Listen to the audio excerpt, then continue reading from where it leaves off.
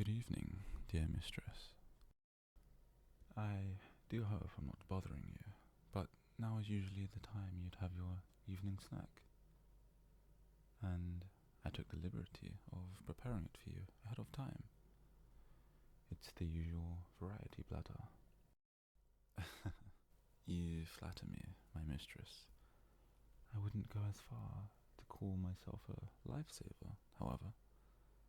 And after all, you are a divine goddess in the flesh. You wouldn't die even if all the world came together to kill you.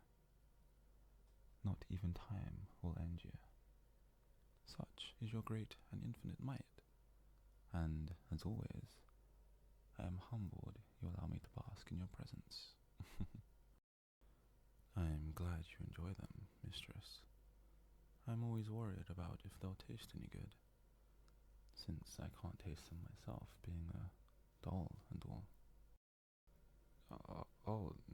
Not that there's anything wrong with it being a doll, of course. I am ever so grateful every day that you've given me the miracle of life. For you to animate me after I was nothing more than a mere object. I am even touched beyond measure. Oh, and not only did you give me life, but such a wonderful one as well. Every day I am grateful I have the fortune to serve you, Madame. You, Madame, are a light in this dark world, a star in the void, a goddess that even other gods must worship. Every last word in this world should be a prayer to you, and every last coin should be a tribute to you also. Such is your majesty. And for me to serve such a being as yourself, well, it fills me with purpose. Few in this world have the spiritual fulfillment that you have granted me. If there is any regret I have, well, it is that I only have this one life with you, which to devote to you, my queen. Oh, there isn't any secret ingredient, mistress. I think most people would say, here, the secret ingredient is love. But my love for you isn't very secret now, is it? I couldn't hide it, even if I tried, really. I can't even think about you without blushing, which is why, well, I do it so often. That's inevitable. How could I not love you so clearly? You are perfect in the truest sense of the word, mistress. The greatest goddess in all of history and the world. Language itself exists to praise you. Sight exists itself just to behold you. It is in your nature to be lovingly worshipped, my dear queen. If there is anyone out there who does not love you with all of their heart, well, then they must surely be damaged. A dysfunction in their mind, or perhaps their heart, or maybe their very soul. Such a wretched blasphemer would certainly deserve your divine wrath, my madam, and to be set on fire or struck by lightning or swallowed by the earth. There is no pit in hell too deep for them, mistress. Such is your boundless majesty. Oh, yes, that is today. You are correct, as always, madam. I don't usually think of it as my birthday. Rather, I think of it as the anniversary of the day you were gracious enough to grant me life. However, if you do say it's my birthday, then it must be true. I could never ask you for anything, mistress. You've already done so much for me. You've already granted me more than I could ever repay, even if I sacrificed the entire world and all it contains to you. It would not be sufficient tribute. The honor of kneeling at your feet every day is more than enough of a birthday gift for me. I am moved, as always, by your mercy and generosity. If you insist, then there is one thing I have to admit I really do want from you. Well, I want to be with you forever. And I mean truly forever. You see, you're a goddess, an immortal. I'm immortal too, in a way. I do not age, my body will not break down, but I'm not so confident I will exist forever. If the stars in the sky went out and took us with them, or if the sun swallowed the earth, I'm certain that would destroy me. But no matter how the world ended, I know without a doubt that it would be not harm to you. So if existence itself came to an end, I would ask that you never forget me, so that I can be with you forever, at least in your thoughts. I do hope it is not an impudent wish, madam. If it is, then I will gladly accept any punishment you have for me. You see, this body does not feel pain, but if you have changed that, I would accept it. You are my goddess, and I am your property. If you see it fit to lash me, or burn me, or even electrocute me, then that is your right as my goddess. If you insist, mistress, then I shall certainly accept your benevolence. As usual, I am in awe at your grace. All the mercy in the world put together could not hope to match yours. I couldn't ask for anything more, mistress. You've already given me my heart's deepest desire. I couldn't possibly ask for a second gift. I struggle to even think of what I could ask for. You've already given me everything I could ever want. I get to see you every day. I get to live under the same roof as you. I get to tend to you in the morning, afternoon, and evening.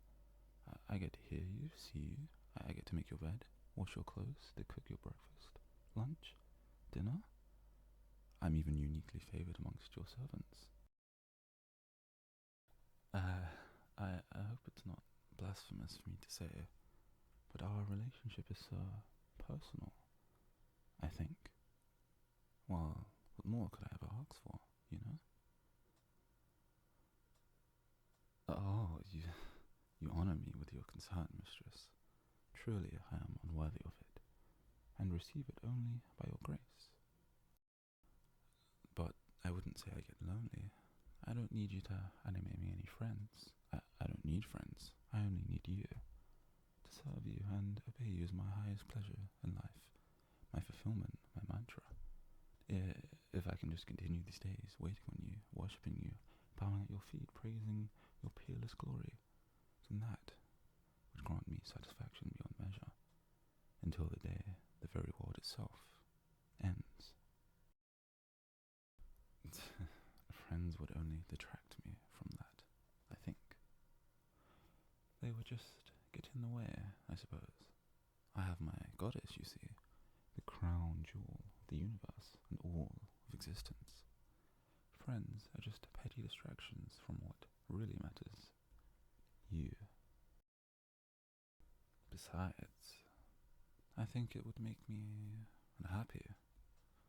When I see the statues in the hall, I sometimes think, what if my mistress animated them like she animated me? What if she elevated them to become her servants, to serve her in ways so far only I have, And then, it sickens me. I like a digestive system, and yet I find myself wanting to vomit. I've served you for so long, my dear. I have worshipped you and obeyed you and cherished your every atom for centuries. What would these upstart Marvel nobodies know about serving you? How could they serve you as I have? Do they know how you like your bed made? Only I know. Could they cook to your tastes like I do? Well, of course not. I've spent years upon years upon years refining my cooking to your specific tastes. I'd be surprised if the vermin in the hall could even follow a recipe. And can they rub your back like I can? 1,000 times, no. May you forbid such scarlage. It disgusts me just to think about it. To their irrelevant, unclean hands to touch your holy flesh. They are filthy, unworthy, profane. I do it much better, don't you think, Mistress? Much better than anyone else ever could. No other servant could serve you like I can. No other servant could replace me, wouldn't you say?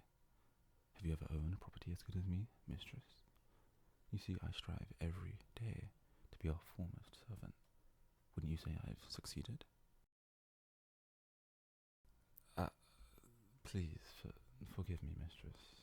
I misunderstood you. When you suggested that you could animate me some friends, I thought they would be servants to you like I am. I thought you meant they would cook for you and give you massages and other such things, when so far only I have had the honour of serving you in such a delicate way.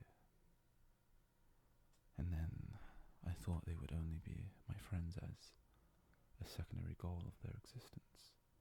I didn't realize you meant they would only be my friends, and that would be their entire lives. I'm such a fool. I'm sorry, Mistress. A useless doll. And that only makes your concern all the more breathtaking, Mistress. Truly, you're merciful without equal. But if you would animate them just to be my friends, I'm still certain that won't bring me any happiness. A person is supposed to like their friends, after all, and, well, I wouldn't like them, because I only like you, my dear Queen. Well, like is an understatement, of course. I love you more than the word could ever describe. I adore you and worship you and cherish you. Your every atom is a miracle. Your every word is a song. If I could only know one word, I would wish for it to be your name. If I could only see one thing, I would wish for it to be your face. And if I could only think of one thing, well, as you've already guessed, that thing would be you. To be fair, I usually do think only about you. It is in your nature to be worshipped, my queen, but it is also in my nature to worship you. I don't even need to breathe, and yet you're still my oxygen. I don't know if you would call this arrogance or hearsay, but I don't think anyone loves you as much as I do, Your Majesty. I find it very natural to love you. All the charities in the world cannot compare to your mercy. All the armies in the world cannot compare to your might. And all the beating hearts of the world cannot compare to my love for you, my queen. Oh, but please forgive me, Mistress. I've been talking too much about myself. This should really be about you, shouldn't it? I see you finished the platter. Would you like seconds, Mistress? Your word is my command, as always. Simply speak, and I will make it so.